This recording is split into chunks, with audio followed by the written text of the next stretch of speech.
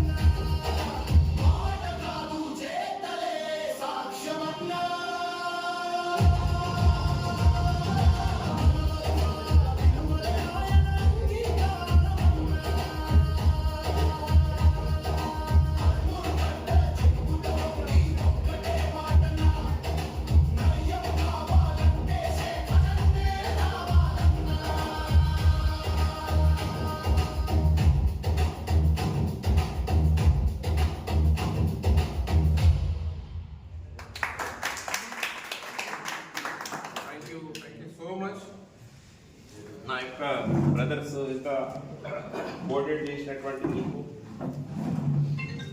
రజనీష్కి నాకు ఇప్పుడే మెసేజ్ పెట్టిండ్రు అన్న, మీ అందరికి కూడా థ్యాంక్ యూ. నా మీద అభిమానంతో నా ఫ్రెండ్ వాళ్ళ అబ్బాయి ఈ పాట రాయడం, పంపించడం, తయారు చేయడం, ట్యూన్స్ కట్టడం అనేది మామూలు విషయం కాదు. వాడు ఎంత కష్టపడి తయారు చేసిండో, వాడికి మన తెలంగాణ గడ్డ మీద ఆర్మూరు బిడ్డై వారు చేసినటువంటి కృషికి నేను ఇక్కడి నుంచి వాడికి థ్యాంక్స్ చెప్తున్నాను.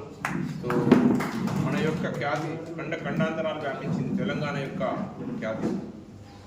ఈ మధ్యనే చూసినట్టు హైదరాబాద్ అనే నగరం వరల్డ్ క్లాస్ నగరం అయిపోతుంది ఫ్యూచర్లో.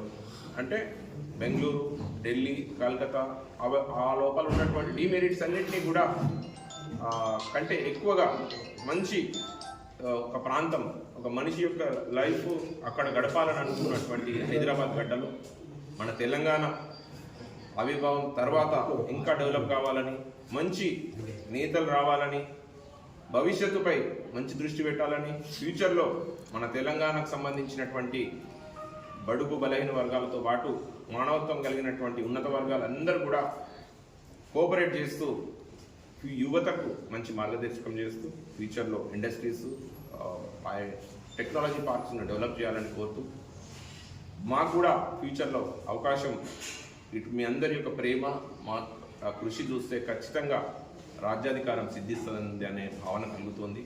కాబట్టి ఇంత మంచి ప్రేమగా మీరందరూ కూడా ఈ కార్యక్రమానికి హాజరైనందుకు నేను మీ అందరికీ కూడా థ్యాంక్స్ చెప్తూ, నా ఫ్రెండ్స్, నా ఫౌండేషన్ అందరూ కూడా